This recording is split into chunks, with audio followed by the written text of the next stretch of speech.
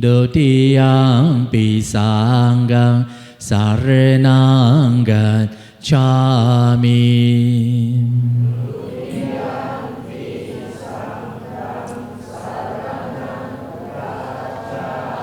Tatiyampi Buddham Saranam Gacchami.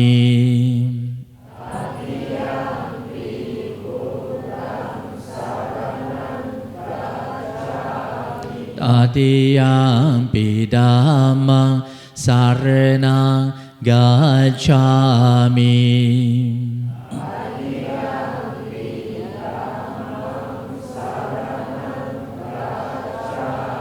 Tatiyampi Sangham Saranam Gacchami.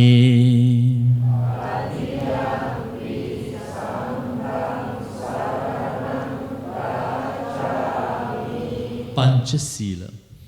Panatipata Veramani Sikkhapada Samadhiyami.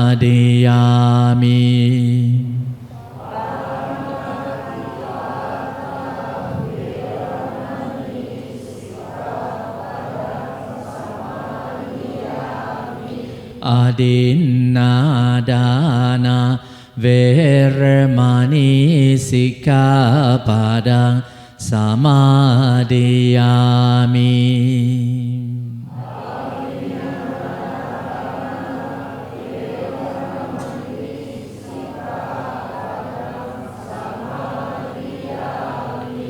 Kamesu Miccāchāra Veramani Sikkhapada Samadhiyami.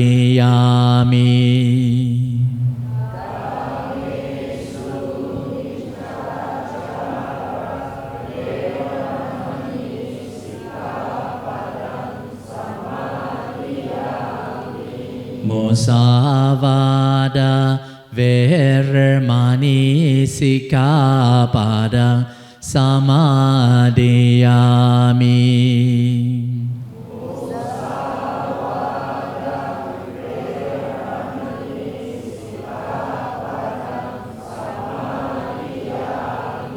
Suramerayama Japamadatana Veramani Sikkhapada Samadhiyami.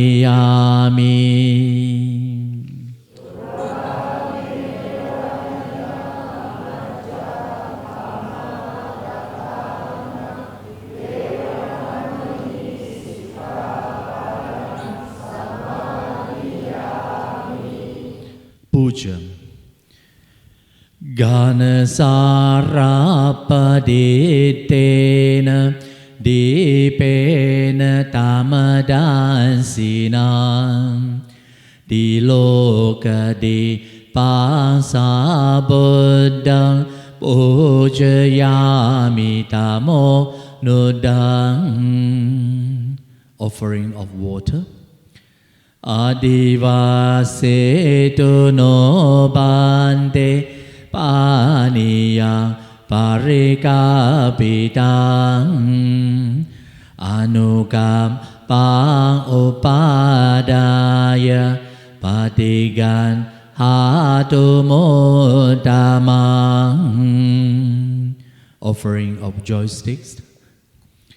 Gandasam Bharayutena Dupena Sugandhina Pujaye Pujaneyandang Pujabha Janamuttamang. Page 7. Offering of flowers.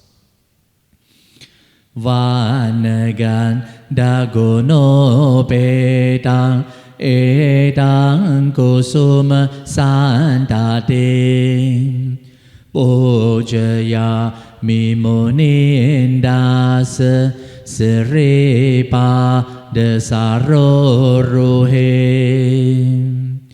Bồ chế mi bụt đăng cô su mê nà ni nà bồ nghe nà mê tê nà chơ hô tu mô càng bồ bang mi la ya ti ya ta y đăng mê ca yo ta ta ya ti vi na sa ba vang.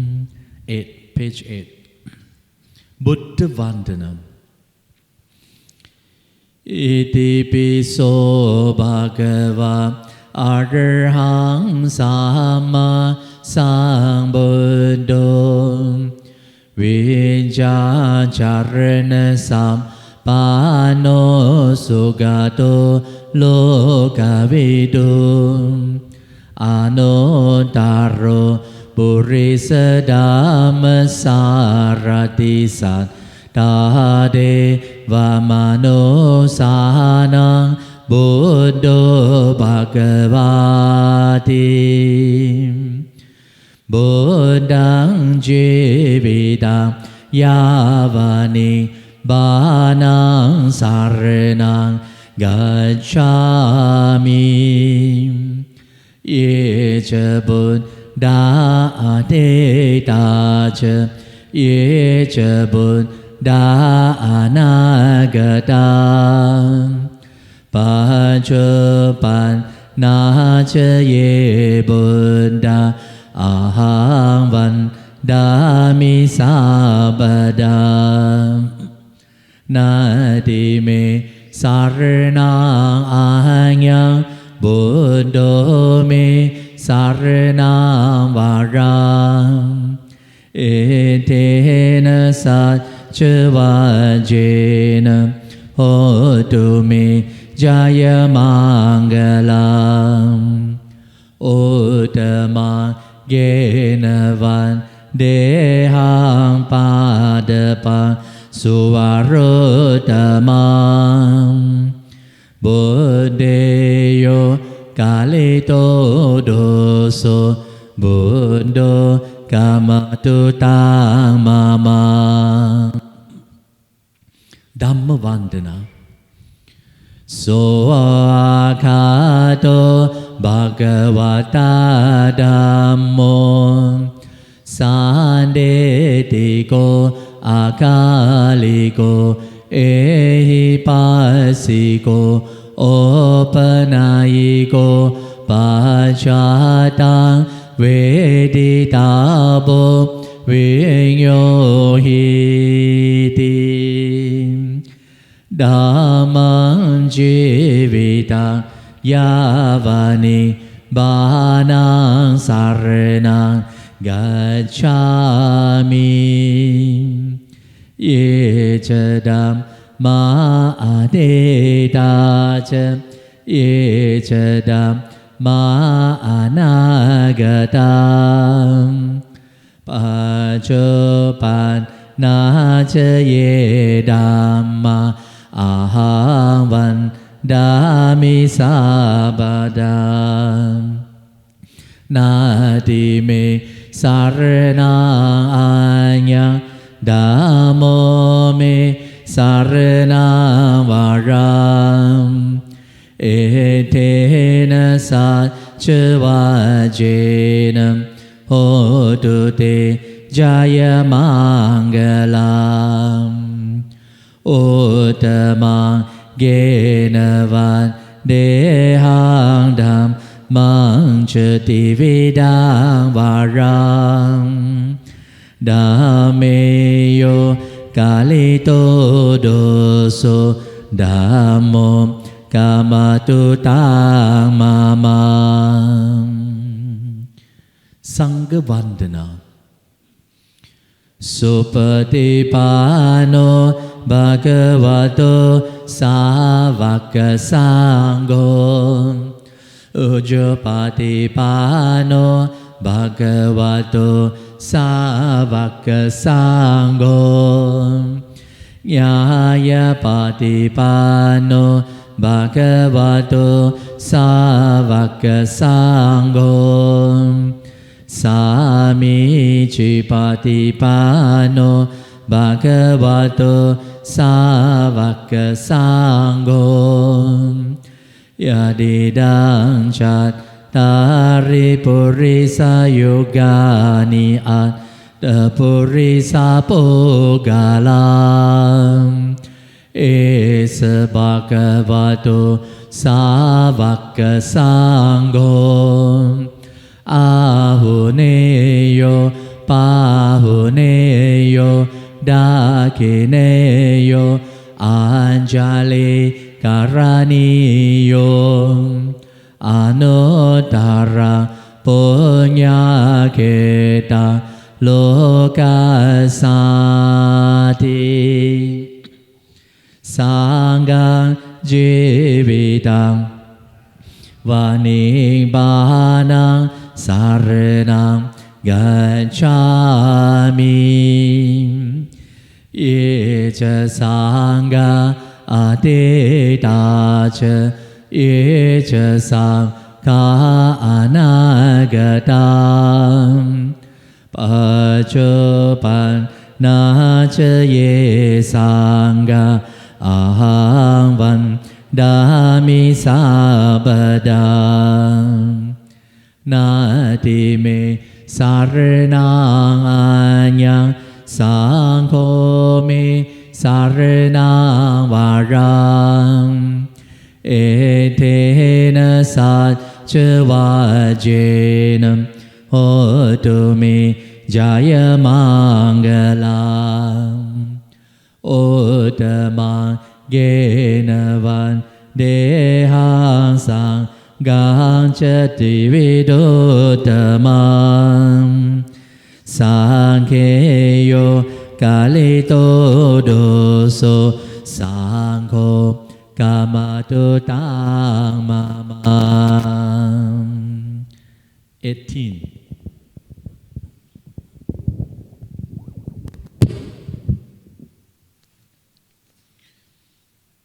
Raktana Sutta. Yani Buddhani Samagatani Bhumani va Yani va Antalike Sabe va Buddha Sumana Bhavantum Atopisa Kacha Sunan Ubasitam Tasmahi Buddhani Sameta Sabe Metang Karo Damanusiya Pajaya Divacharan Tochaharan Diye Baling Tasmahine Rakata Apamatam Yang Kenchivit Tang Idavahuram Sage Suva Yaratanang Panidam Nano Sama Aditata Gatena Idam Pibut Deratanang Panidam Etena Sat Chena Suvati Hotum Kaya Viragam Amatam Panidam Yada Jaga Sakaya Muni Samahidom Nate Nadam Mena Samati Kinchim Idam Pidame Ratana Panidam Etena Sat Chena Suvati Hotum Ya Buddha Se To Parivana Yesu Chim Samadhima Nantarikanya Mahum Samadhina tena samo navejati idam pidam me ratana panitam etena sat chena suvati hotum Pogala adasata pasata chatari e tani yogani honti Teda kineya sugata savaka Ete sudin nani mahapalani Idam pisange ratana panidam Etena sat chena suvati hotum Yeso payut tamanasa dalhena Nikamino gotamasa sanamhi Tepat tipada amata vigalha Lada muda ning boti bonjamana Idam pisange ratanang panidam Etena sat chena suvati hotum Yatinda kilo patavi sito siyam Chato bivat tehi asam pakampiyo Tato pamang sapurisa vadami Yo ariyasat chani ave chapasati Pisangke ratana panidam Etena sat chena suvati hotum Ariyasat chani vibhavayanti Gambirpan ngena sude sitani Kinchapite honti bosap pamadam Nate bhava adamang adiyanti Idam pisange ratana panidam Etena sat chena suvati hotum Sahavasadat sanasam padaya daya sudam majahita bhavanti Kaya di vichike chitancha sila bhata vapiyadat dikenchim Chato hapa yehi chavip pamotom cha cha bita nani ababokatom idam pisange ratana panidam etena sat chena suvati hotum Kinchapiso kamang karoti papakam Kayena vacha udache tasavam Ababoso tasapate chadayam Ababata Deta pada savutam Idam pisange ratanam panidam Etena sat chena suvat ติโหตุวานาปะโกเบยตาโบสิตาเกเกมหานมาเสปัตมาสมิเกมเหโตปามังดามวารังอาเดสายนิบานกามิปารมังเอตายามอิดาปิบุตเดรัตนังปานิตังเอเตนะสัจเชนะสุวัตติโหตุวาโรวารัญโยวาราโดวาราหาโรอนุตตโรธัมมวารังอาเดสาย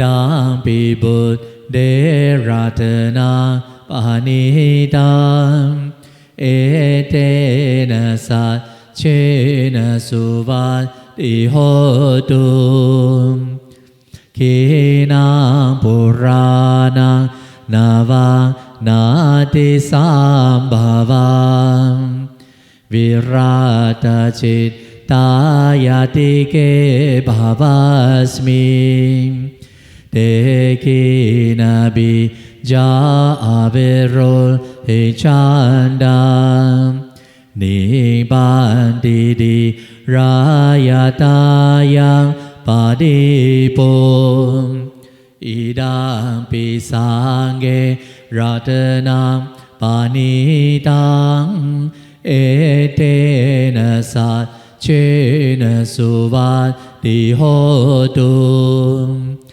ยานิดาบุตตานิสามากตานิโบมานิวายานิวาอันตะเลเกตาตากาตังเดวามโนสัพโพจิตังบุตตังนามัสสามาสุวัตติโหตุยานิดาบุตตานิสามากตานิโบมานิวายานิวาอันตะเลเกตาตากาตังเดวามโนสัพโพจิตังธัมมังนามัสสามาสุวัตติโหตุ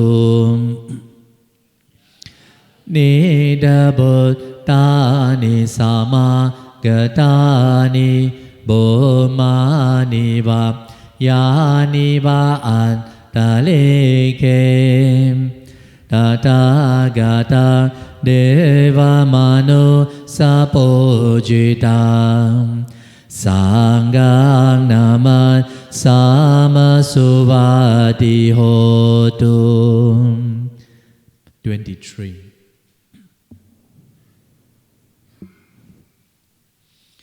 เอตาวะตาเจอาเมหิสัมปะดังปุญญาสัมปะดังสัพเพเทวาอนุโมดันตุสัพพสัมปติสิทธิยาเอตาวะตาเจอาเมหิสัมปะดังปุญญาสัมปะดังสัพเพสัตตาอนุโมดันตุสัพพสัมปติสิทธิยาอาสัตตาเจโบมาตาเดวานากามเหติกาปุญญาตัง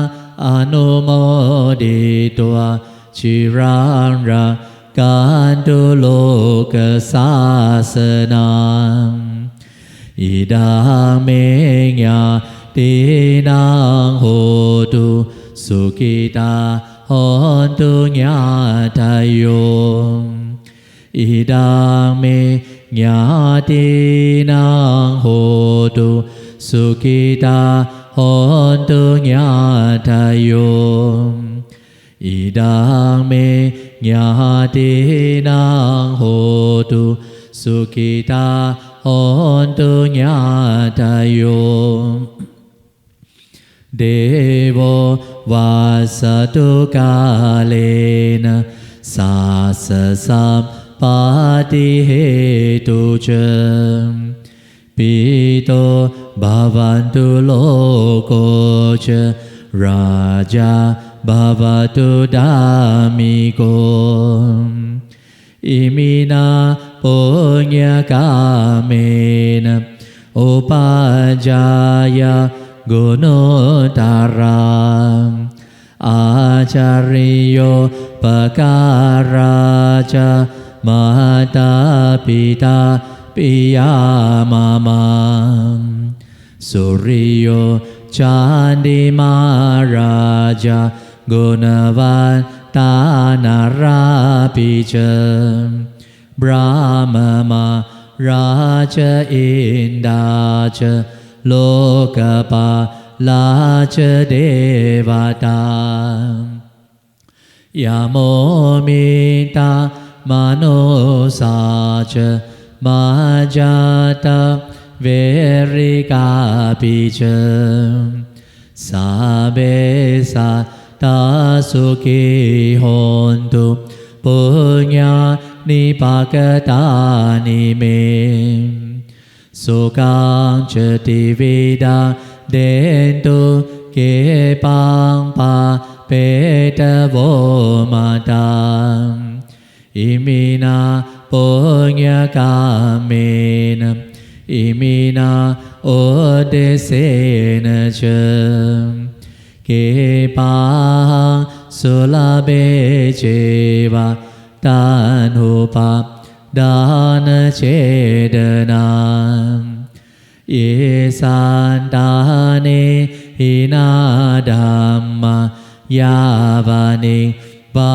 นาโตมามังนาสันตุสัพปดาเยวายาตจาโตบาเวบาเวอุจเจตังสาติปัญญาสาเลโกวิริยังหินังมหาราลาบันตุโนกาสังกาตงเจวิริเยสุเมบุญดาดิปาวโรนาโตธัมโมนาโตวโรตโมนาโตปัญเชกบุตโดเชสังโฆนาโตตารโรมามังเตโสธมานุภา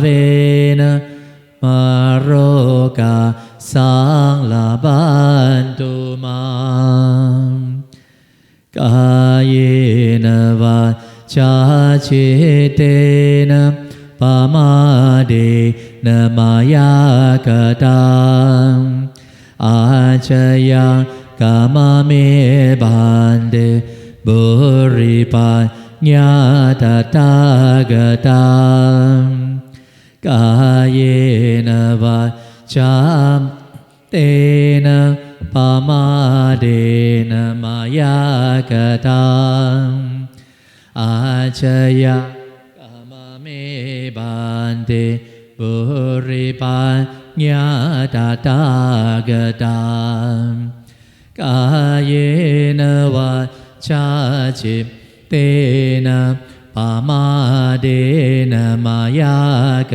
ตังอาชยังกามเมบันเดบุริปัญญาตตากตังสาธุสาธุสาธุ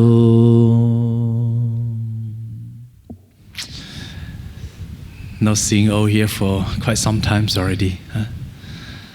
And of course, it's very happy seeing you all here today. Right, not just only offering the puja, but listen to the dhammas and offering dhanas. So in fact, every Sunday when you come to this temple, it's basically about the merit making, doing a lot of merit. The merit that come from observing the Panchasila, taking refuge, listen to the dhammas, render your service, and what else? And then sharing of merits also, and dedication of merits also, right?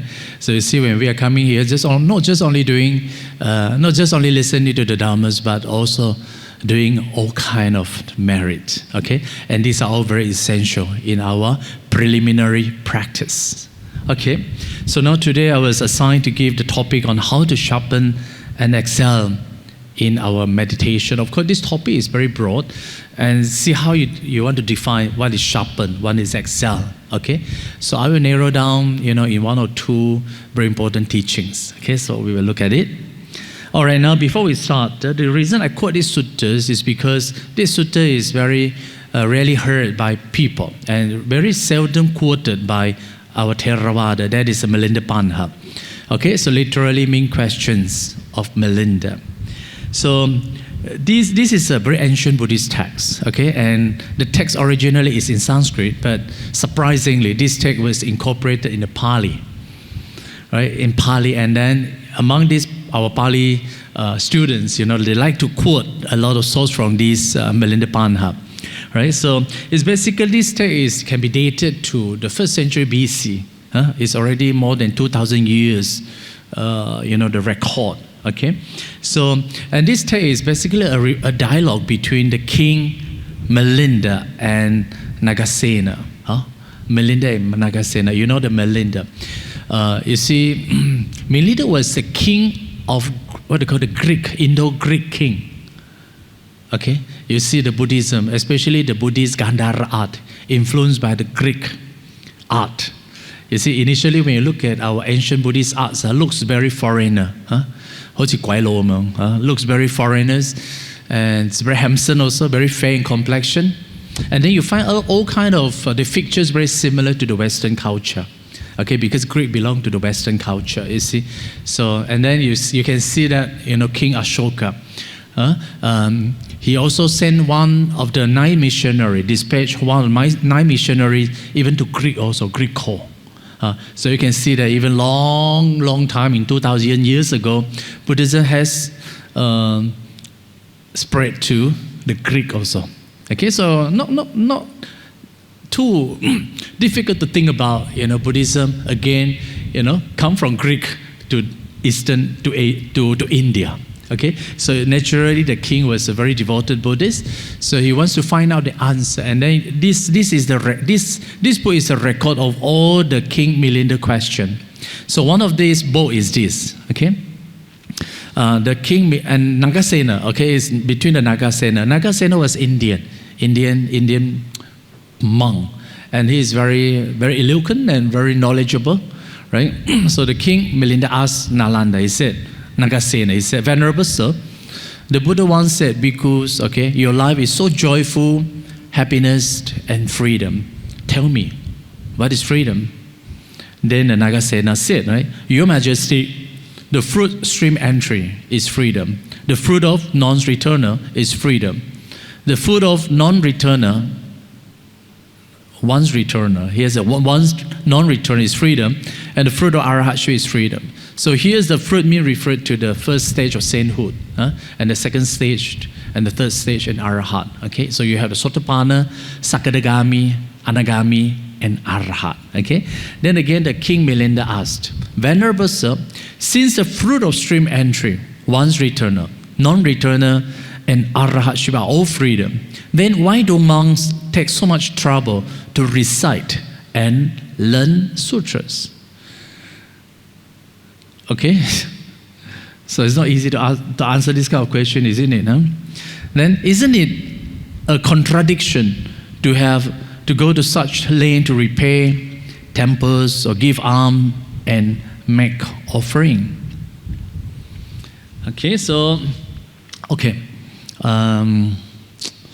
All right, so we continue reading the text because the text is more interesting.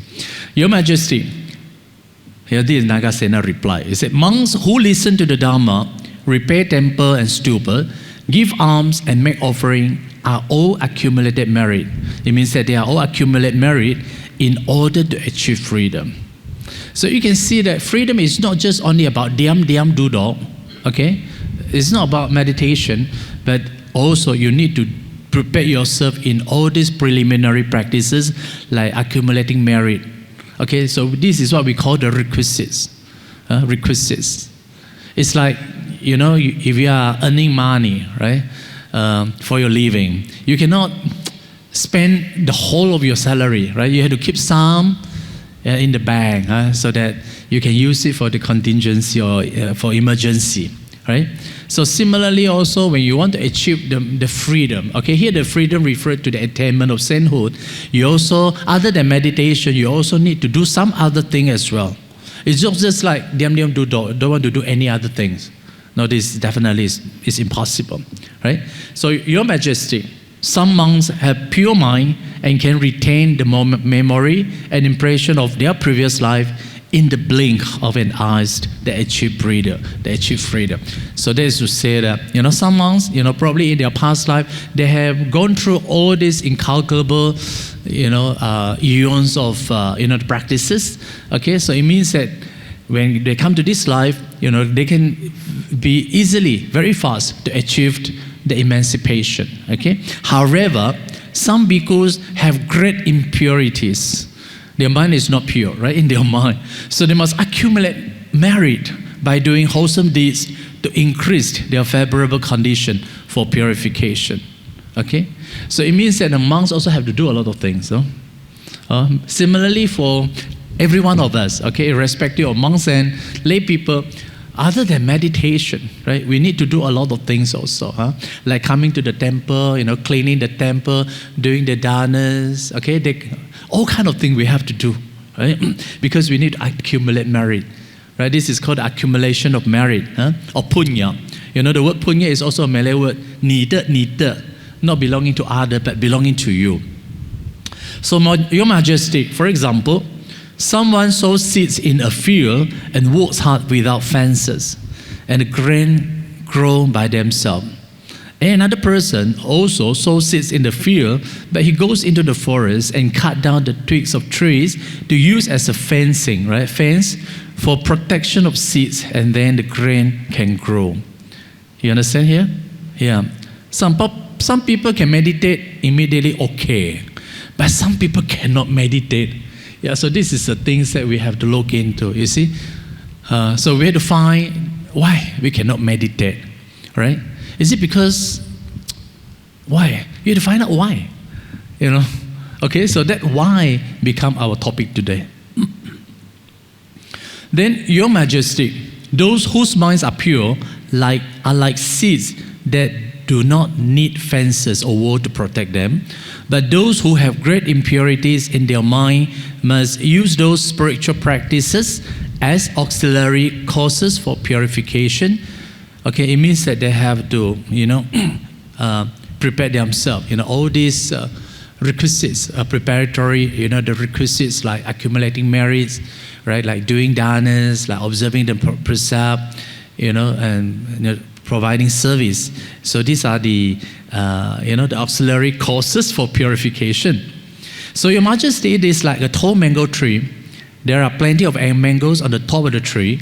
People with supernatural power can easily take away the mango, but ordinary people have to climb up the tree with a ladder to take away the mangoes. Okay? Yeah. So Your Majesty, reciting scriptures, okay, here referred to the suttas, has many benefits. And wholesome deeds such as listening to the dhammas, repairing temples and stupas, giving alms and offering, etc., etc., also have many merit. Okay? Yeah. Then, if everyone is pure as soon as they are born, then there is no need to rely on a teacher to practice, isn't it? But Your Majesty, most people still have to learn to acquire knowledge, just like the Venerable Sariputtas, right? has accumulated countless wholesome roots, seen countless immeasurable kalpas, and has reached the pinnacle of wisdom. If he does not learn, he will not be able to achieve the fruits of arhatship.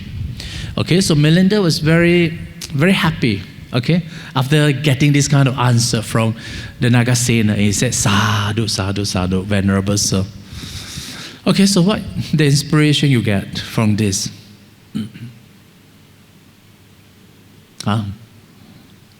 You see, so you can see that, through this conversation, right, between the king, Melinda, and the Nagasena, right, the Buddha's teaching is not just about, diam duduk per se, right? It's not just about sitting, right? But because the meditations also require learning, right? Require learning, require studying. So that's why, the Buddha spent 45 years teaching how to meditate. It's not easy. That's why you find in the Visuddhimagga, right? Buddha Ghosha, he collected about 40 or more or less, okay, types of meditation, right? Because that suit different temperaments. You see, different people, come to Buddha, then the Buddha will scan through, okay, to which faculties that you belong to, right? Then the Buddha will give appropriate meditation techniques or the method, okay, suit that person, you see. And again, the Buddha has to, give a lot of talks, a lot of instructions, you see, every day and night. Right? Yesterday I have shown you that the Buddha give talks, in the morning, in the afternoon, in the evening, and even to the God also. The Buddha only how many hours for himself? Only 4 hours for himself. That is the later part of the day, right? So you can see that Buddha was occupied throughout the day. For what? Teaching. Okay? You cannot just come, okay, diam duduk, that's it. I don't want to listen to the Dharma, right? Because that meditation is very important. Dharma is not important. If that is the case, then the question comes, unless you have practiced in your previous life, like Venerable Sariputta has cultivated over an innumerable kalpas of eons of 100,000 time of perfection. If not, ordinary people like us, we need to listen to the Dhammas, engage in the Dhamma discussion, right, for our meditation, in order to sharpen and to excel in our meditation, okay?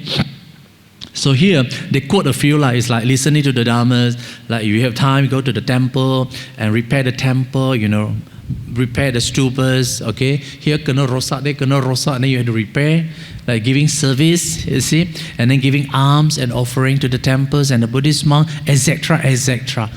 All these things is also a form of accumulating merit. We need merit, right? So, you see, you want to practice the Dhammas. If you don't have merits, it's like, you have no any other favorable condition to support you. Okay? It's like, you are keeping money in the bank, right? If you don't have extra money in the bank, if you need it urgently, then no money to help you. You have no money. Okay? So similarly, if you have meditation, right, because of these merits, right, also supporting your meditation. Okay? So they are very important. All right, now we look at this. When you come to the meditation, how to sharpen and how to excel in meditation, right? Then this kind of topic is something to do with the contemplation of the Dhamma. So we need to know about the Dhamma. Here, because we don't have much time, so we probably only focus one aspect of it. Okay? So, and this Dhamma Anupassana is a Pali word, right? Contemplation of the Dhamma. And this is the fourth aspect of the four foundation of mindfulness. Okay? And the four foundation of mindfulness. One is the contemplation of the body. Second, contemplation of the feeling. The third one is the contemplation of the mind, right? The fourth one is the contemplation of the Dhamma. So in this contemplation of the Dhammas, right, there are, you look at the Dhamma itself, it's very profound. Okay, it's very profound because, we really have to study this Dharma and to analyze the Dharmas and to contemplate the Dharmas. Okay? So, if you look at these Dharmas, it has two meanings, okay, in this contemplation of the Dharma. Just a quick look. If you look at this Dharma, the first one is a mental state. What is a mental state? From Pali's Cetasika. What pertains to the mind? Something what pertains to the mind. So when you talk about the mental states, you have the wholesome mental state as well as unwholesome one. Right? For example, if I have like Pancha Nivarana, right? Hindrances, they are the unwholesome one. So whenever we meditate, we have a lot of greed, a lot of anger come and disturb us. That's why we cannot meditate, right? Manganto all the time also. Yeah, I feel very sleepy and very tired. I feel very boring, become so restless. And then you have so much worry. And then you have so much doubts, you see. So these are the unwholesome mind. We can say that they are the unwholesome mental factors. So these kind of unwholesome mental factors need to be investigated. You know, why I have all these problems? Why I have all these things? Why you don't have? Why I have so much? You see? So all these things require a lot of studies. You see, just like during the Buddha's time, you know, Buddha will deliver a talk on this kind of subjects to his disciples. Yeah? So this is one thing. And then another thing is, talking about the mental states, you also have the wholesome one. So we have to get rid of the unwholesome one, develop the wholesome one. And what are these wholesome one? Is the 7 factors of enlightenment, Chiputifan, or 7 factors of enlightenment, Satabojjhanga. Because these 7 factors of enlightenment will lead us to Nibbana. The Pancha Nivarana, the 5 hindrances, will take us around the samsara. Right? So which one you prefer? Lead you out of samsara, or leading you all the way to Nibbana is good, or taking around the samsara is good? So definitely take you out. So the 7 factors of enlightenment, this kind of mental state, this kind of wholesome mental state need to be further strengthened and maxed to its completion. Isn't it? Yeah, so how to do that? Right? We also need to study. If you don't study, bingong啦, you meditate 都唔知做乜，都算啦，坐下就變成回教嘅咧，或者坐下再變成基督教嘅啦，You see, I have a lot of friends, okay, very old friends. They were with us, for many, many years, in meditation. I don't know, when they come to old age, it seems that they have not tasted the Dhamma. You see, when they are lying on the deathbed, you see a lot of Christian friends come to them, give them a lot of love, and then talk to them very nicely. You see, our Buddhism is very cool. They said, ask you to contemplate the impermanent.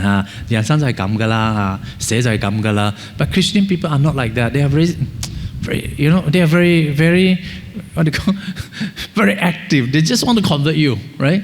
So you see, when they convert you, they are so nice, so sweet, so friendly to you. You feel that kind of warm, right? And then you look at your old friend. They are Buddhist, but they never come to you. But all these new friends, they come to you, and slowly, you got converted. Yeah, so I felt, 好慘啊. We have not tasted the Dhamma. If someone who has tasted the Dhamma, have studied the Dhammas, okay, this is not the end. This is not the end. Anyway, so this is one part, right? Another part is the constituents of actuality. Okay, so this is more on the Vipassana's training. Okay, Vipassana's training. So this is the wisdom aspect of Buddhism, and this is what the Buddha have realized under the Bodhi tree. Okay, so because of his seeing into the truth of suffering, okay, so he got enlightenment. So similarly, we are disciples of the Buddhas, right? So we learn, we practice, okay, and we analyzed, what constitutes the so-called individual, right? The body, okay, the so-called, the complex body and mind, right, is composed of, these 5 aggregates, okay, and probably like 12 ayatanas, 6 inner and outer sense sphere, right? So through this analysis, the purpose is to show you that there is no existence of the underlying the self entity, right? For you to realize what is non-self, non-self. So this is the aspect of, the Four Noble Truths, right? We have to see the truth of suffering, right? Truth of suffering, the truth of the cause of suffering, right? The cessation of suffering, and the path leading to the cessation of suffering. The reason we don't see the truth of suffering is because we have not seen the non-self. We have not seen the impermanent, right? We have not seen the suffering. Okay, so through the practice of vipassana, right? So we have to, continuously practicing, realizing, contemplating the anicca, dukkha, anatta. When the conditions come, wow, what kwa tio liao? That very moment, what kwa tio liao? You understand now? Kwa tio me.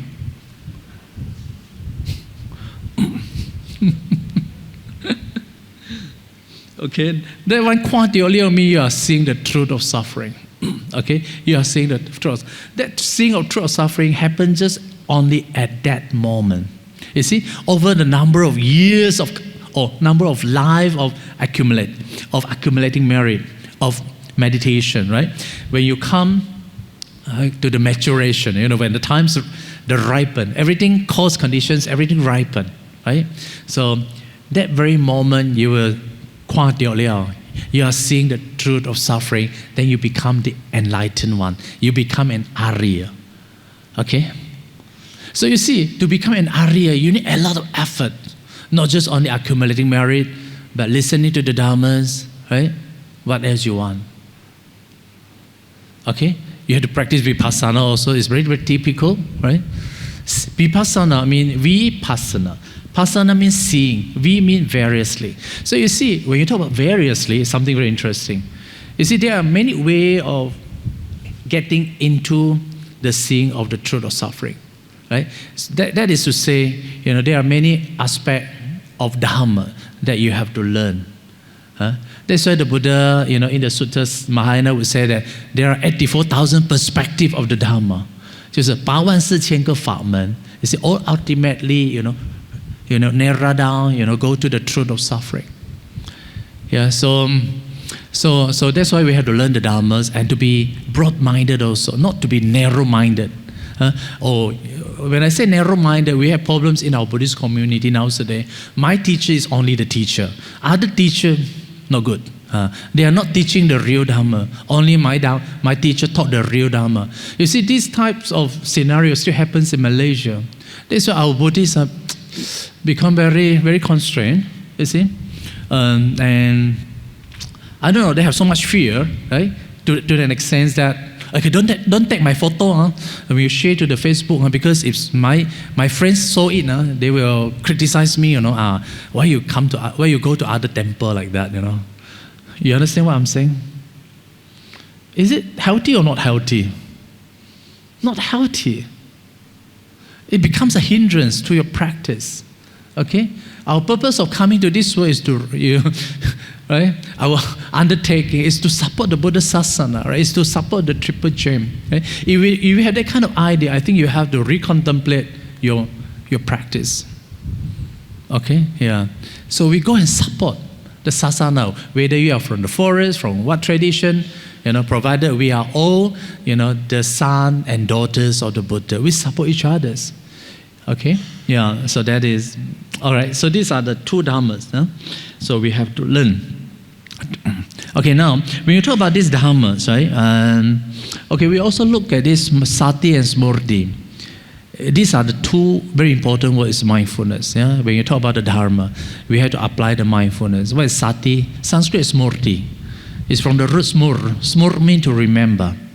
Right? That's why the noun Sati means remembering, not to forget. And often translated as mindfulness.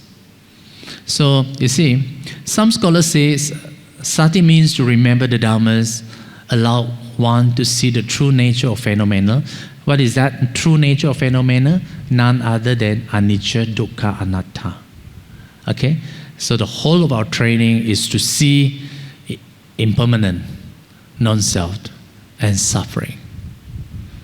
Okay? So And that requires a lot of training. What kind of training is a mindfulness? But mindfulness itself is not enough. Usually mindfulness is coupled with the awareness. Okay, awareness. So now we look at this. Sati. This one is found in the Samyutta Nikaya. The Buddha says, okay, bhikkhus, a bhikkhu should dwell mindfully and clearly aware. So one word is sati and another word is sampajana. So this is my instruction to you. So you can see that the whole of the Buddha's teaching can be summarized into these two categories. One is the mindfulness, another one is the awareness. So what are the differences of these two? When you talk about the mindfulness, right? So when you talk about the mindfulness, not to forget the object mean, like if you are in the practice of anapanasati, okay, you take your in-breath, you're breathing as an object. So it means that you have to continuously focusing on your object, not to forget the object. If you forget the object, means you are not in the meditation, right? So apply the mindfulness. So sometimes people say that mindfulness means live in the present moment, right? So you are not forgetting, stay away from the object, but to be with object all the time. So this is the mindfulness, okay? So I think from the roots more, it's easy to understand. That's why when you are meditating, in the breathing in and out, anapanasati training, right? The Buddha said, as you are inhaling, as you are breathing in, right? Okay? You know you are breathing in long.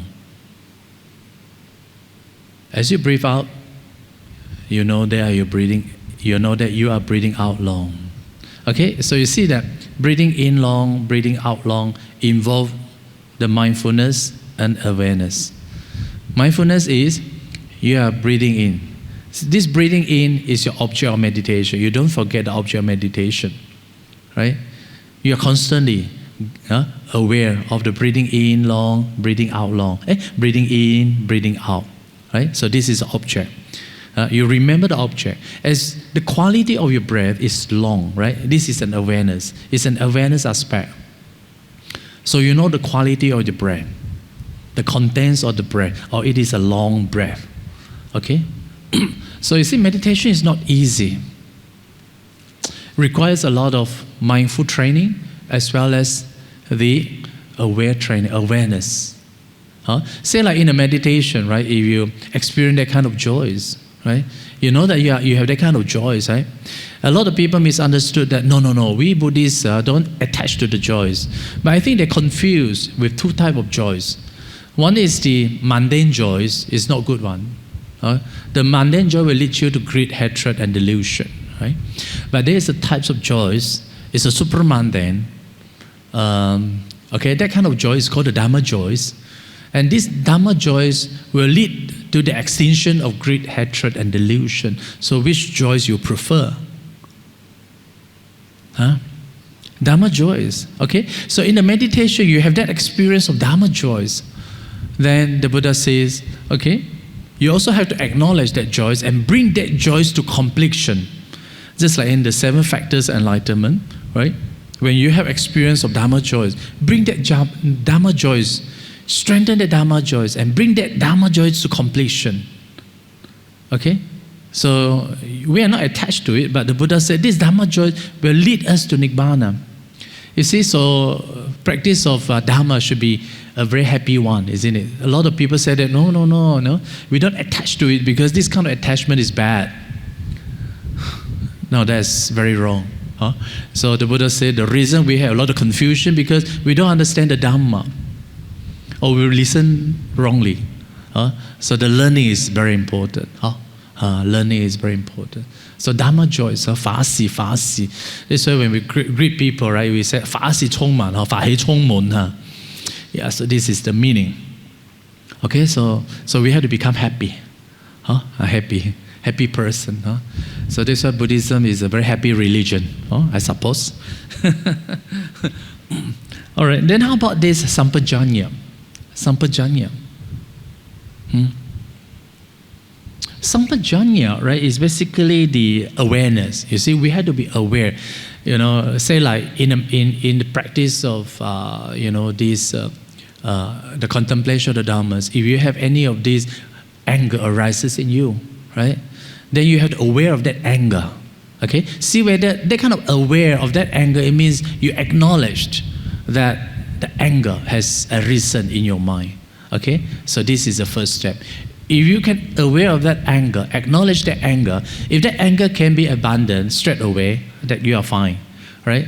If that anger cannot be abandoned, next you probably have to use another countermeasure, right? The Buddha says, why not you try the loving kindness, right? So this loving kindness meditation is the method to cast out your anger, okay? So that to abandon it, not to give rise in the future, the anger, you see? So all this require a lot of awareness. You have to aware. That has nothing to do with breathing in and out anymore. So this is an aspect of vipassana, aspect of, seeing the natural reality, okay? See the quality of this unwholesome mind. That unwholesome mind has arisen in your mind. So you're aware of that unwholesome mind, that kind of anger, right? So try to find the counteragent, okay, or medicine to cure it, to abandon it, right? To make sure not to give rise to that anger in the future. So this requires a lot of awareness, no? So similarly also, when you have the wholesome mind arises in you, when you are meditating, wow, you felt that your sati is so strong, okay? As you breathe in, breathe out, breathe in, breathe out, you can focus at that object, very stable, right? Then you have to make that, you have to aware that you are doing this meditation, right? And then you stick to it, bring that object, strengthen that object, and max to its completion. Perfect that object, okay? You understand? You understand? So one is the unwholesome one is the wholesome one. So the wholesome one is the aspect of these 7 factors of enlightenment. We need them because, right? So now we come to this, the unwholesome one. I mean, we don't have time to go through each one of them, but I will choose a few, okay? And when we talk about the unwholesome mind, they are connected with the 5 hindrances, like the first one, sensual desire, ill will, dullness and drowsiness, or we call it sloth and torpor, tina midda, restlessness and worry or remorse, doubts, uncertainty, okay? So, in these commentaries, okay, they have prescribed, several methods to cast out, this sense desire. All right, I will take a few, right? The first one is taking out the unattractive meditation object, okay? And then guarding the sense door, moderation in food, and then you need the support of your spiritual friend. And then when you come to the talk, right, you have to, use the stimulating thoughts that helps the accomplishment of the object. So, okay, now we come to the first one, meditation on the body attractiveness. So, in the meditation, there are a few types of meditation, right, connected with this body unattractiveness. There are these 2. I think we need to know a bit. The first one is the 32 parts of the Buddhas, okay? So this one is to counter the attachment to the body, especially in its form of the sexual desire, right? And you have these 32 parts. And these 32 parts divided into 6 categories. Like the head hair, body hair, nail, teeth, skin. These are the first 5. So you see, when you talk about the body, right, this body, the body is composed of these 32 parts. There could be more, it's okay. There are meant just for meditation. You want to list more, there are many. So I think 32 is good enough. I think there must be a reason why Buddha chose 32. Why not more, right? So, but first group is this 5. So, you see, this meditation, what do you call? these 32 parts, right? The first part is the head, hair, body hair, nail. So you have to contemplate them. Okay? So contemplate them, you can visualize them one by one, right? And then you can that our body consists of these 32 parts. You visualize them, right? And then you investigate one by one. For example, the head hair, right? Imagine the head hair. If you don't wash your hair for one day, imagine if you don't wash your hair for 2 days, you can't bear it anymore. And then the third day, you will see all the ants will run away from you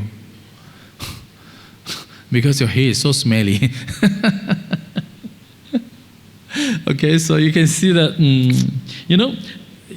why we want to do that is because to show the kind of repulsive nature of the, of these 32 parts, you see. So, the appearance of the body, is an illusion, right? It's an illusion, you see. So, if we bring this repulsive nature to light, then we see that, they are just our body is just full of unattractiveness, okay? So, in a way, it's also good, right, to produce that kind of non-attachment, right, to the body, and of course, to get rid of the desire, by removing, get rid of this kind of sexual desire, and then so that our minds become more settled down, right? Yeah. Do you think it works? This is a very ancient practice. You see, nowadays, I don't know whether you know the silent mentor. It's Professor Chin, right? Professor Chin will come to our Brahma Vihara during the Vesak day, and we will have the dialogue on this silent mentor, right? It's about, donating the organ, or for teachers to operate on your body. So you become a silent teacher. And so a lot of misunderstanding. The question may ask, like, if you die, within 5, according to Mahayana, they say that, you don't touch the body, within 8 hours. If you touch that person's body within 8 hours, will he feel pain or not, you see? So all this kind of question, you see, will also be raised and asked. And then they also ask about when a person die, what happened? If that person if that person feel pain, will that person reborn in the woeful state of existence, etc., etc.? There are a lot of questions on this issue. And of course, I think last year we went to the Xiao En Yuan, or Xiao En, what do you call the memorial hall, is it? Yeah. And they have a course conducted for Buddhist monk. And then a group of Buddhist monks went there, and then they have the few corpses, about 6 of them, 5 or 6 like that. And then, they show us, they already open up, layer by layer, and show us that this is what, and show us, of course now we cannot smell it, but we can see the color, and we can see the size, and even we can touch, we can feel, right? You see, all these things are explained in the suttas very clearly, especially in the Visuddhimagga, right? So with the help of this the real corp, right? It can deepen our practice of 32 parts. Okay, and then I was there, of course, initially I was a bit uneasy because I don't know, right? I don't know what will happen. But after, staying there for half a day, then I went there again in the afternoon. I have no fear. Then I can feel that our body is like that. Eventually this is how, it's okay. That's why, this coming one, I want to donate the body when I die, right? So, yeah. Why for keeping this body? Why you have a lot of illusion, right? A lot of misunderstanding. So directly, why not giving the body for these teachers, or if you think that the organs still can be used, donate out. Okay, because we had to believe that when you die, it's just not the body, it's our mind, right?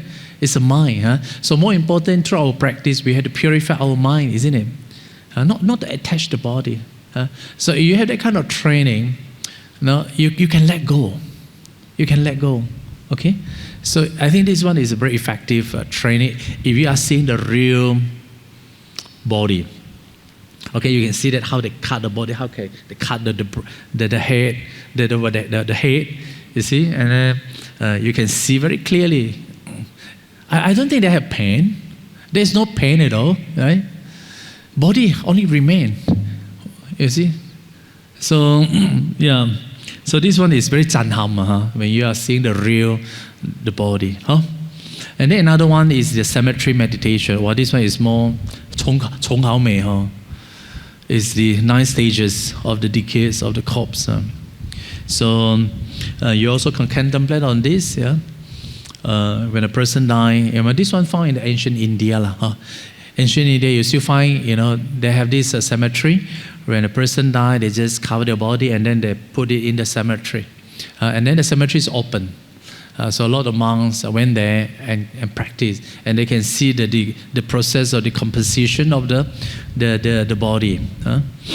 And then what they see is that, they said that this body, if they look at the process of the composition, they said, this body now so full of life, has the same nature and is subject to the same fate. It cannot escape that, cannot escape this integration, must eventually die and decompose.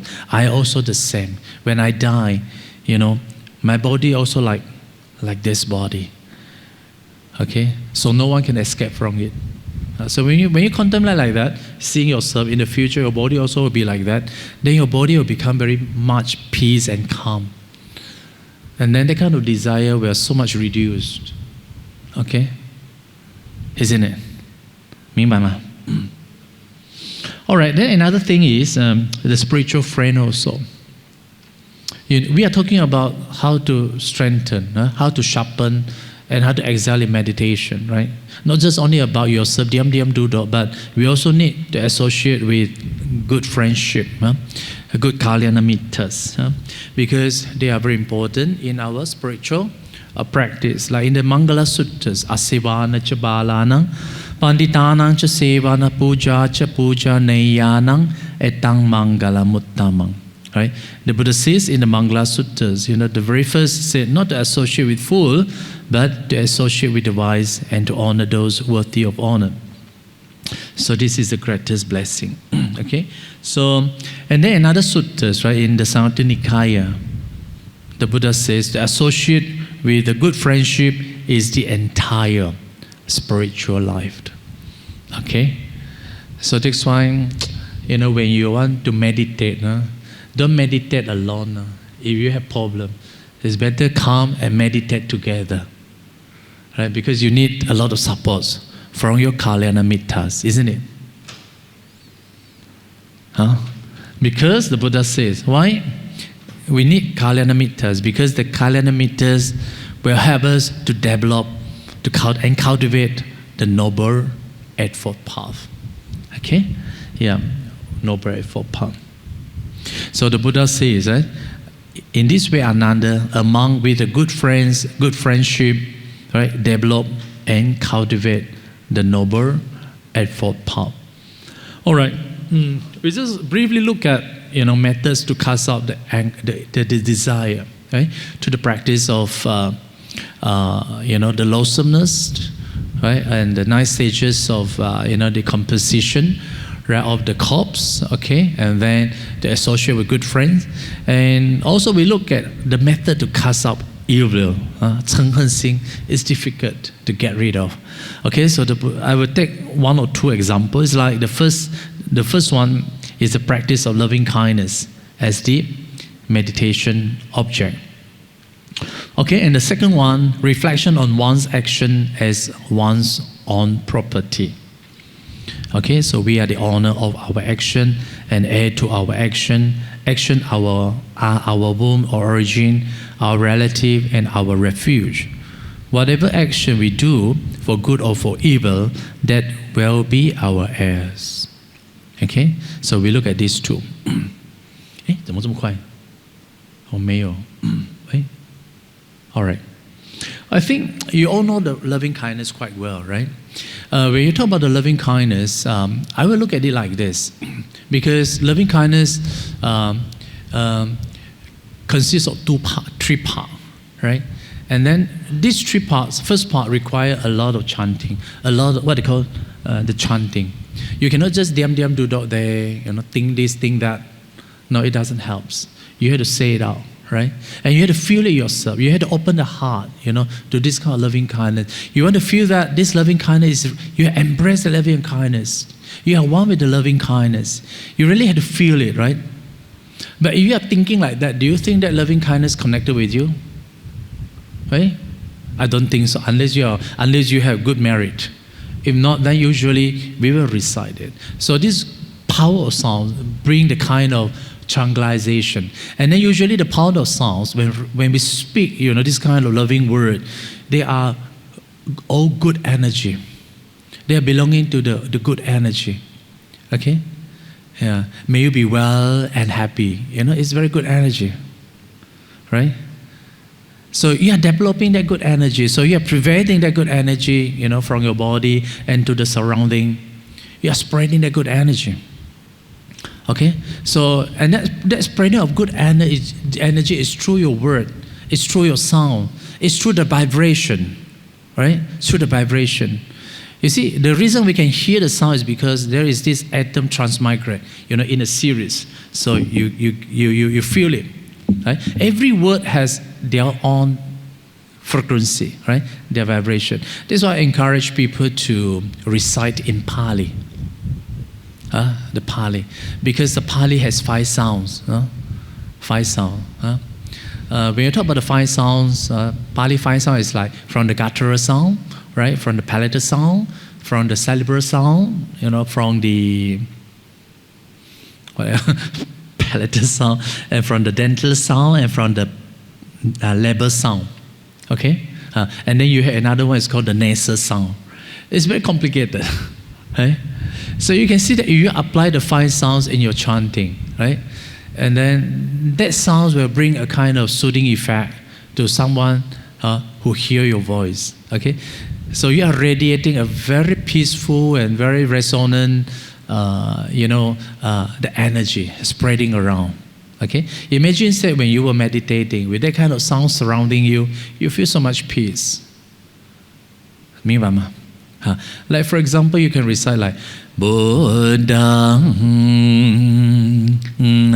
Saranang Gacchami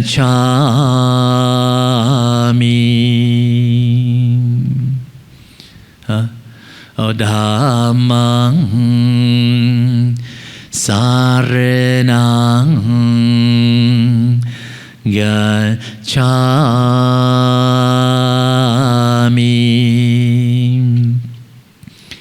Ahang Averum Homi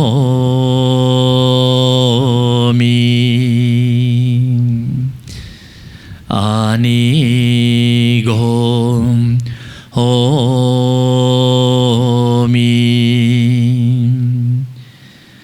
Abhiyam Pajom Homi. Right? Sukhi Attanang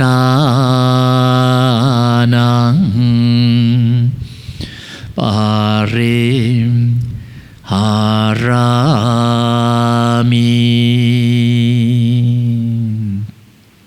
Anyway, these are Pali. So when you are reciting the Pali, you are radiating, you are using the 5 sound, you articulate your sound. Right? And this sound has a certain vibrancy, on your different organ. Okay? Our organ will detect different frequency. If we are reciting this 5 sound will spread to 5 different parts of the organ. That's why, you bring a kind of tranquilization, equilibrium, right, in the body and mind. As your body become peace, quiet, your mind also eventually become peace and quiet. So through this chanting, you vibrate your body. So you can feel, wow, your whole body is vibrating. Okay? So I would use this word like, you are doing like a gentle massage, to the body, right? Through sounds. The sound is not to make you to enjoy the sound. No, it's vibrating the body. I don't know whether you can feel that as I recite, right? You can feel That's why we have a lot of pain in the body, because through chanting, our body is vibrating very, very severely. Then after chanting, someone, may have a lot of recovery. They feel that, 我舒服咗好多嚇，或者係我身體唔痛啦嚇。You see, so the sound is also a supporting condition for your meditation also. You see, that's why the Buddha says, there are these 4 types of meditation, right? And these 4 types of meditation, they are called protective meditation because they protect us from all these harms and danger. The one is the anger. Okay, so before we start the meditation, we radiate in loving kindness. Okay, so that after radiation of the loving kindness, then our body becomes so much peaceful. Okay, and then your mind also become more sharper. You got it now? Okay, ma. So this is one thing lah. And of course the second one, okay, you also can reflect on the action as one's own property. Yeah, this is connected with the karma concept, right? Like if sometimes we cannot avoid people criticizing us, complaining us, or scold us all the time. Yeah, you probably can think of the karma. 哎呀，都係我前世欠咗你嘅，都是我前世欠了你的。OK，夫妻都係咁啦，係咪？When you go back， 哇，你老婆攆我，或者係老公攆我，what can you do？ 唔通離婚 ？No, that's not possible, right? So you have to accept it, right? Accept it. That's your karma. Okay, here the karma, right? So and then if that person 攆我 all the time, then what else you can do? 哎呀，消業障。消業障 I have to thanks for clearing my what do you call? My bad, evil karma in the past. So I have to thanks you instead of arguing with you, but I have to thanks for your clearing my evil karma or consequences. And then also you have that kind of compassion also at the same time, because you don't want to create a bad karma. Right? Because you have to pay the debts, right? So you don't want to create a new karma, by showing the kind of compassion, because you don't want to create it anymore. You see, so this kind of concept is very powerful. That's why the karma concept in Buddhism is very strong antidotes, particularly to cast out the ill will. You understand? So as part of our meditation, also this is also another thing that we have to look into it. When you have that kind of anger arises in you， 但係前世欠咗你嘅，真係沙都，多謝你幫我消業障，沙都。Isn't it? When you have that kind of loving thought, then you become so peaceful. Isn't it? And you don't want to find fault in anyone. Anybody come to you, complain to you, then you become very peaceful. That's why you remain equilibrium.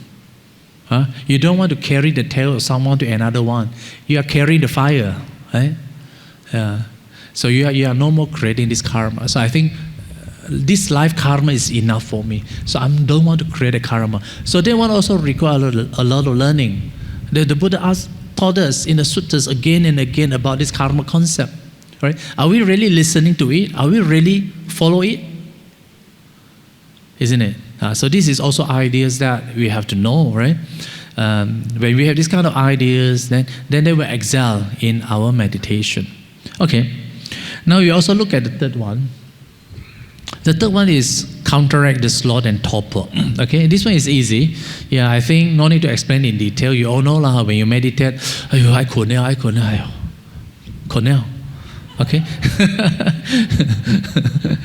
Your mind is so tired, the subject matter could be very boring, then you feel very sleepy, you lose the interest. Okay, the Buddha said, then you don't get easily defeated by this. The Buddha prescribed altogether 8. Okay, 8 antidotes. They said, the first one, don't attend to the perception, don't pursue it.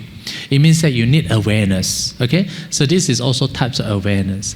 Apply the awareness. If you have that kind of sloth and torpor, okay, now I'm aware that the sloth and torpor is present in me. Okay? present in me. Okay, if that doesn't help you, then you go to the second one. Recall to your awareness the Dharma as you have heard and memorize it, re-examine it, and ponder it again over in your mind. It's awareness, the Dharma that you have heard. So you have to recollect what you have heard so far. That's why this one also requires learning. If you don't learn, then you knew nothing. Okay, you can also think like, I'm a good disciple of the Buddha. The Buddha said life is short, you see, so I shouldn't waste my time indulging in the sensual pleasure, right? So there arises a kind of urgency, a samvega in you. Life is so short, if I don't practice it, then tomorrow if I die, I will regret for not practicing the Dharma well. Recollect some of this Dharma. It may help you when you have that sloth and torpor present in your mind. Okay, so it arouses your agency. Okay, then the third one, repeat aloud in details the Dharma. This one is called the chanting. Okay, you can go to the chanting. That's why in the ancient days, you see, they will meditate in a special design dome building. Okay, like if you go to the mosque. Okay, the mosque they have the dome. Okay, when you meditate, when you recite in that kind of, like here, you have the dome. If you go to the middle and you meditate and you chant, it has a very good the resonance, vibrancy. You can feel very good. Immediately you can attain peace, but you need to chant properly. Okay, if you chant simply, then it doesn't have that effect. That's why this Islam, they emphasize a lot on the chanting. Even they have the what they call the competition of the chanting also. Right? Our Buddhism is very funny. 放下啦，唔使咁執着嘅嚇，呢啲咪學法最重要嘅嚇。You understand what I'm saying? We learn to detach. But end up we have nothing remain. There are so many good things about Buddhism, yet of our wrong perception. Okay, then we let go. They thought that this kind of letting go is the highest achievement, but they let go eventually become Christian. I mean, this is just an example because I have few cases. You see, some very devoted long-term practitioner end up they become Christian because they don't feel it, because they learn letting go. 好慘啊嘛，真係慘。Okay, right. Okay, so you see, we have a lot of standard. Let's say like you want to meditate, you have to meditate under the dome type, or like you go to the church, right? The building also designed in such a way when they sing, right, in that building, they feel they are connected with the God, right? Isn't it? So these are all the practice. Like luckily, I come to so many temples. I think Metta Lodge is one of the best, in terms of chanting. So you want to conduct the retreat, this place is a good place. And you have a lot of rooms. All right. And then if this doesn't help you, you feel so tired, so sleepy, don't fall asleep, okay? They say you pull your ear loops and rub your limbs with your hand. If this doesn't help you, 就知道你幾辛苦㗎啦。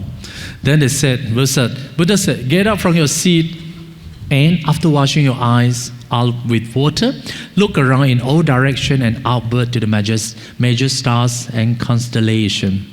Okay? Yeah, we did that.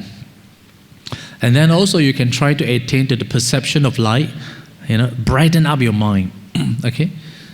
Let's say like if you meditate at home, right, in the dark, you just open the small light, okay, a small candle, right? If you feel very sleepy, you look at that candle, okay, and then you look at it, and then when you close your eyes, that light is brighten up your mind, okay, so that you don't feel very sleepy. So this one, in fact, is very powerful also.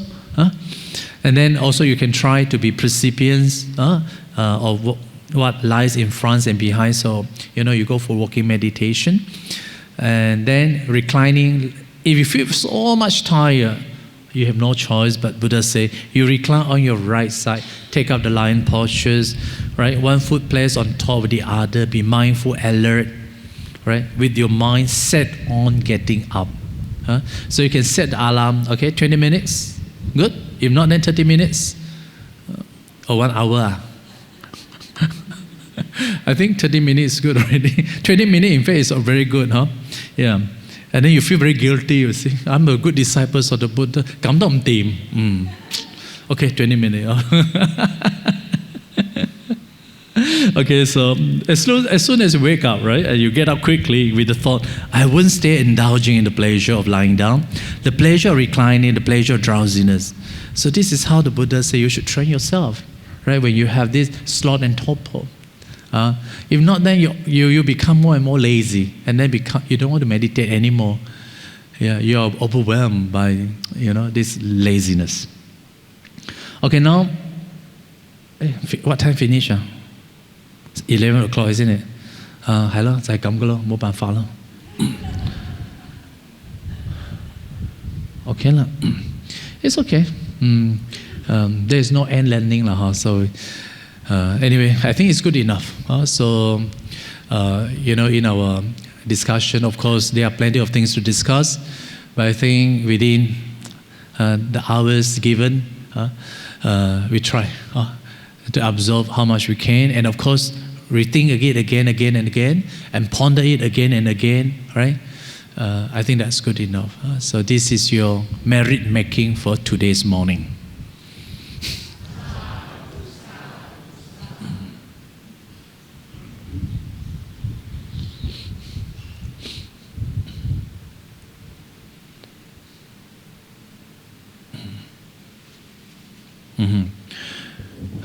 So we share the merits. Oh, any question? I think asking question and discussion is more interesting.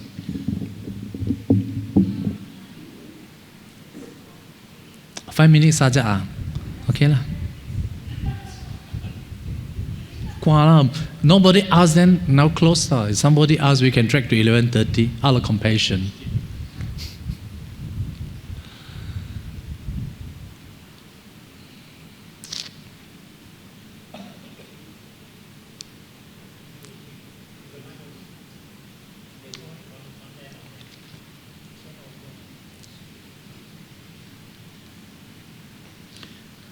You also can share, not necessarily asking a question.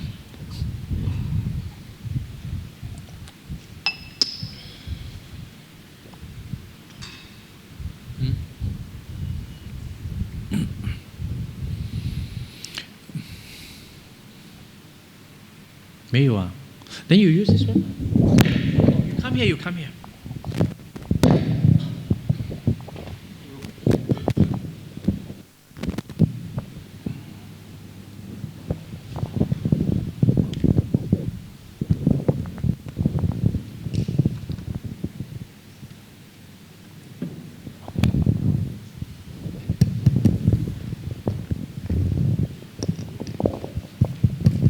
Hello.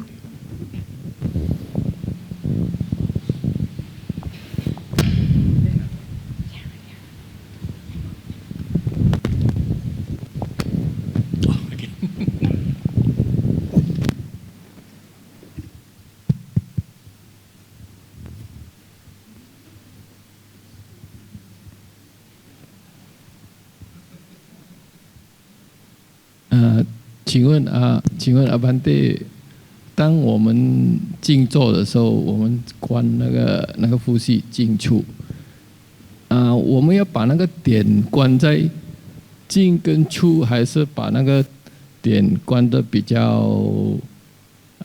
就好像长、短、冷、热？因为单单关静处，有时比较难平静。OK， 是这样。当然我没有在教导这个禅哈，但是呢，只要你是说到这个阿那巴那萨底就是静处这个呼吸呢，这个静处呢是气的静处 ，OK。那么佛陀呢没有指明说在哪一个地方他说在巴里木卡，所谓在巴里木卡，他说这样我们念呢系在面前 ，OK， 系在面前哈。所以呢，有很多的老师呢教导说你可以用在鼻子这里，可以用在胸部这里，可以用在腹部这里，或者甚至呢用在这个呼吸的动作呼吸的这个本身都有所以呢，这个是我们讲说这个方法呢就是系触入细。这个触入细呢，就是知道你在细，你在浮啊。所以呢，有些老师会放在这里，因为这里比较明显。那有些老师会放在这里，因为这里也很明显。你看你放在哪里？你放在这里，你会发现到起伏嘛？啊，就是它的风界在起伏，或者是你稍微的，你可以放在这里，你就发现到这里就变得很清楚。所以呢，这个是念。念呢，就是知道说你细的时候，你知道你在细；敷的时候，你知道你在敷。那么这是一点。第二点呢，就是我们要有觉知，啊，所以呢，禅定呢不是只是在那里念嘟嘟，它也要保持这个觉知。这个觉知是说，当你在细的时候呢，你的呼吸是长的还是短的？开始呢，我们用长的呼吸啊，比如说我在吸的时候，我知道我在吸，然后吸什么？吸长的。我呼的时候，我知道我在呼什么？长的。所以呢，就有这个念跟觉知。Okay, so there are these two parts involved in the meditation, right? As you are breathing in, you know that you are breathing in. Okay, so this is the mindfulness. You are mindful of the present object. And what is that object? The object of in and out. Breathing, okay? And not only that, also the Buddha says we also have to be aware of your breathing. You know what's happening to your breathing, right? Then you know that as you're breathing in, right? I know I'm breathing in long. So this is the length of the breath. So this is the awareness of your in breath. 明白吗？所以就有这两种情况啊。所以这个主要的目的呢，这个就是刚才我讲的佛陀的教导呢，就是有念跟觉知，就是这样子啊。念跟觉知啊，有念跟觉知的比丘呢，才会看到啊，这个看到这个苦无常无我啊。你纯粹念本身还是不够的，还是要有觉知啊。比如说这个觉知，为什么我会在那里一直在打瞌睡？那你没有觉知啊，你没有觉知，所以呢，你看很多的禅修方法，一开始就用觉知了。原来我们可以用觉知知道，原来我很累，我用这个觉知知道我在累，所以不要去排斥它，去接受这个累，看这个方法能不能够处理，不能够处理，我们再用其他的方法。第二种方法不行，我们再用第三种方法、第四种方法、第五种方法，其中有一种方法肯定 OK， 再不行就睡觉咯。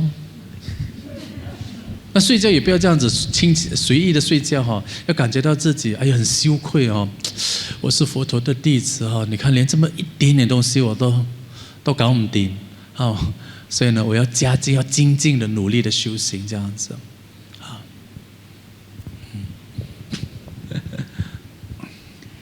Anybody else? Bhante, I want to ask, how come in the devoted Buddhists, like what you have said, you have seen a few cases where in the end they converted to Christian. Why is it so when we are, so-called devoted, we should have understood anicca, anatta. We should have understood the aim is, life is, dying is not there, you may have a future or whatever. But then how come they can get converted to Christianity is because why is it letting go make them convert to Christian? Is it because the friends, the Buddhist friends are not there to support, or how? How come he can be devoted in the end he convert? I don't understand. You don't when understand you are devoted, you should be like able to continue. 呢個咧係聽得多啊，唔好收啊。講道理咧，個個都識講啊。講道理，每個人都懂得道理啊。So it's not 但是沒有 devoted 修是咯 Because if you are devoted, you really understand. Yeah, you like will not get when converted. I assume myself. One day I also will grow old, and I also will got sick. You see, but I try not to avoid it. I face it. You see, no one can escape from it, right? Then I have that understanding. You see, so you had the process of decay. Then you expect this kind of pain here and there. So you just not it use the vipassana training to overcome this kind of fear. When you have no pain, then immediately look at your breathing and then meditate. Try to bring forth that kind of Dhamma joys in you, because the Dhamma joy is a good medicine. Okay, it's a good medicine to counteract that kind of pain, or it probably give you more strengthen your body. Yeah, like yesterday we have talked about it. Yeah, a lot of meditations, science prove that one who meditate become more healthy. So we have to have faith in our practice, in the Buddha Dharma Sangha. A lot of miracles will change. Okay? Yeah. So if you have that kind of Dharma coupled with your practice and meditation, right, and listening to the Dhammas, all these things helps to overcome that kind of fear, right? A lot of people when they're sick, right, and then lying on the deathbed or what, they have so much fear. Right? Then our Buddhist practice is letting go, but he can't let go, right? That's why other friends come, other Christian, other friends come, give them so much warmth and love, right? And they feel so much touched, and then they eventually convert. So lack of faith, lack of practice. Knowing Dharma is one thing, but if they don't have practice, then they are easily influenced by others.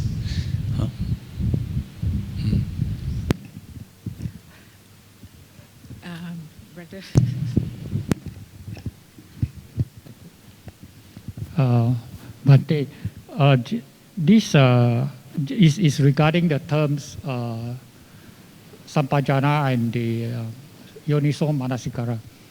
Because as Bhante translate the sampajana is clearly aware. And how do we differentiate that with yoniso manasikara, which I understand is translated as wise attention? So Okay. how is the difference? What are the differences? 你考我真係呢啲 Abhidhamma term. Then we have someone graduated from Abhidhamma. Okay, yeah, sampajanya, literally, if you look at the word, is completely, knowing. It means that you know thoroughly, okay, of what's happening in your object, okay? Object can be any object, right? Breathing object, or when you have the wholesome Dhamma arises, if you have that kind of sati arising, you're aware of that kind of sati, or when you have the kind of unwholesome mental states like anger, you're aware of that anger, okay? So it's basically about that kind of awareness of that mental factors, or the object of your breathing. That's why, when you meditate, you have the awareness of your breathing, whether it's a long or short or whole breath, or calming your mind, or calming your breath, or you experiencing the joys, etc., etc. Or even when you come on meditation also, right, you're also aware that your mind is so detached, right? Experience that kind of dissipation, that kind of cessation, that kind of letting go, right? You see, all these things require a lot of sampajanya, right? So this is one thing. Then another thing, you talk about the yoniso manasikara. This is called the proper mental application. So it means that if I set my goal, nibbana, okay, then this is my goal. So I'm not deviating my path. So this is my goal. I'm very stern. I'm very decisive. I'm very, not deviating my path, right? This is my nirvana. If not that, like someone said, oh no, kêu lấy liệm phạt ra, cầm lấy liệm phạt cầm lòng lo. So your mind is not geared towards that direction. Okay, yoniso. So you have to apply the proper mental application. I don't know whether that helps you. So this is one of the 7 mental factors that are associated with the mind. They give an example. It's like you are selling the ship, the boat. Okay. So if you set the selling ship to the eastern direction, you are not deviating from the eastern direction. You are geared towards that direction. So this is to apply the proper application. I hope that makes sense to you. For in our Buddhist context, this kind of proper mental application is nibbana. This is our ultimate goal. Okay?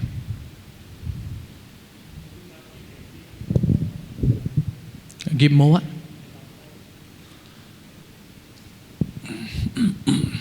Give example. I hope, okay, let me think about it. You see, like in Abhidhamma, right? In this our Theravada Abhidhamma Sangha, they talk about there are these 7 mental factors that are associated with the mind at all time. Our mind is like the king, All right? And then these 7 mental factors are like 7 different departments that responsible for feeding the king the required information. Okay? For example, if, the king is very neutral. He doesn't know anything, right? So when the king want to go somewhere, they will try to ask these 7, ministers, hey, you give me the information, okay? Then the king, each of them were responsible like that. So what kind of 7 mental factors you have?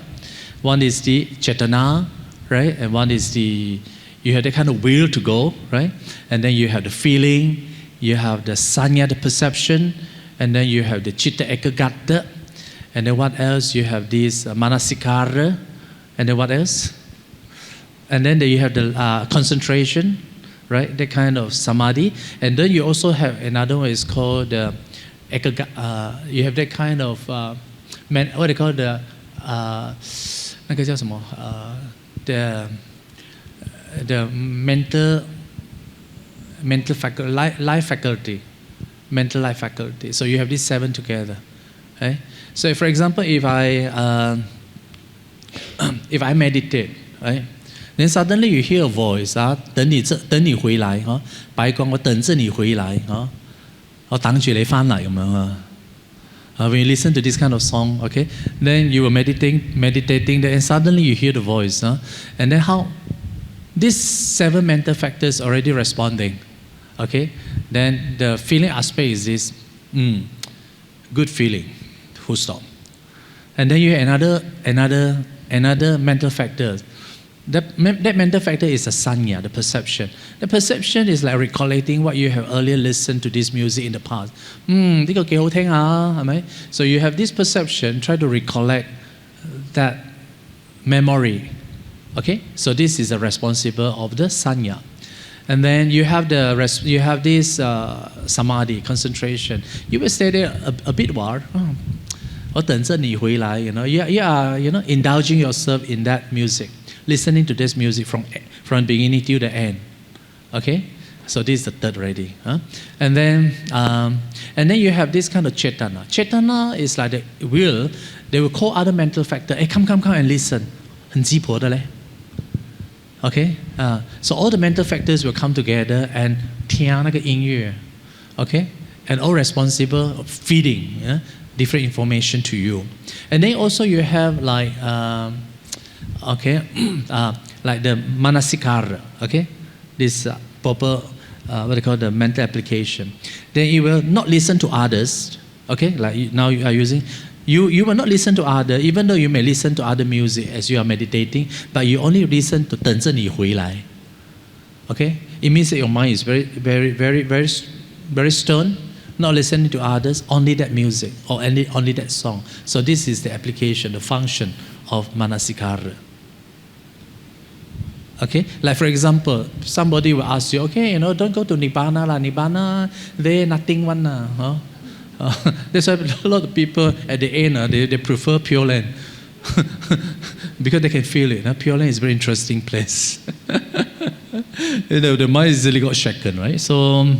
Yeah, but if your mind is so strong that you have experience of the nirvana bliss in your meditation, then your mind won't be easily shaken by someone who come to you, ask you to change. Your mind is so stern. Similarly, for that man who meditate, suddenly listen to that music, he will listen to other types of music, only this music, this particular types of music. You understand? And then he will indulge in it. That requires a lot of concentration. So you see all these different mental factors that affect the person who meditates, and that person is no more meditating. End up that person is now enjoying in that music from beginning till the end. So you understand what I'm saying?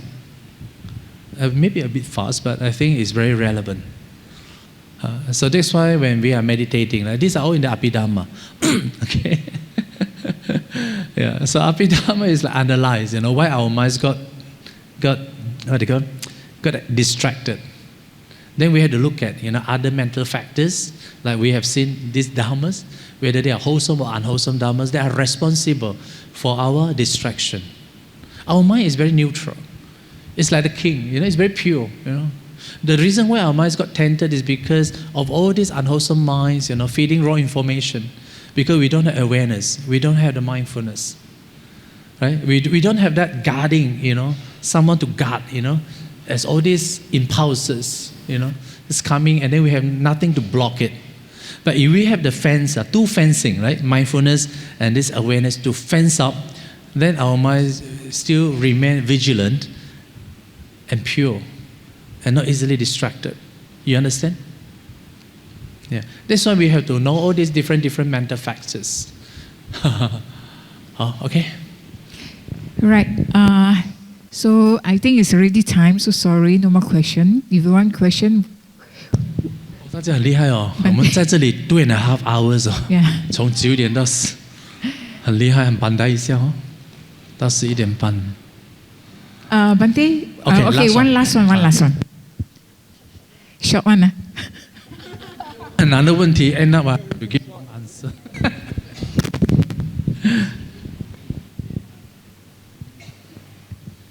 Sharing also can. Thank you. My question cannot be a short question because I have this doubt. Okay, my background is I study Goenka meditation. I attend the 10 days. The first 3 days is Dhammapala. The subsequent day is scanning the whole body sensation from top to bottom, observing the sensation. And for example, I believe this is the 4-element meditation method. Then the objective is observe dukkha, anicca, and 苦无我跟无常啊。So I studied it since August 2022. Now it's almost close to 2 years, right? I know that I didn't get into samadhi. For example, I know that there are four levels: 初禅、二禅、三禅. Right now, I feel peace. I feel pity. I can sit. The longer is 1.5 hours. But I don't feel the joy like other brother mentioned, like the 禅悦, the joy and pity that they describe. My question is, if I keep scanning body sensation, can I attain jhana or go into samadhi? And there are 4 levels of samadhi. Can I achieve 4 levels? Okay. Yeah. 一下子要求太高啦。You had the experience of first jhana is good enough. You see, how is the attainment of jhana, right? So it says that you have to have this vitakka and vichara and seclusion, right? And then born of the kind of joys. So that kind of joys is born when you are living in seclusion, when your mind having vitakka and vichara. Okay, it means that your mind is so stable, so focused on the object, right? And then if you can say that, like many teachers would say, if you can meditate for 1.5 hours, all right? Of course, at the time, 1.5 hours. Then, if you can continuously focusing on the breath and then to be aware on the breath, you sure will give rise to this kind of joys. Okay? And of course, this kind of joy is when you have these unwholesome mental factors abandoned, like these five nivarana, 5 hindrances. So they are very important. If your 5 hindrances are not eradicated or not suppressed, then you don't have that kind of joys arises. And even in the meditation on the 4 foundation of mindfulness, right, or even in this anapanasati, they talk about the contemplation of feeling. They said that when you have that kind of feeling of joy arises, right, try to experience it and then make that joys come into, making it stronger and stronger. You see, and then, giving that contemplate that joys and giving that joys more and more, right? So this is, this one is very important for getting into the jhana. So jhana is supposed to be a very, very peaceful, full of joys, that kind of experience, as well as concentration also. And you can see that after your meditation, you feel so much fresh, so much healthy, so much radiance. Yeah. Okay. Okay, 不要紧啦，时间。So 11:30 already. Very sorry. All right, brothers and sisters, please put your hands in Anjali. Okay? All right, now. Budang pujami bow. Damang pujami bow. Sanggang pujami. All right. Thank you so much, Bhante. Sadhu, sadhu, sadhu.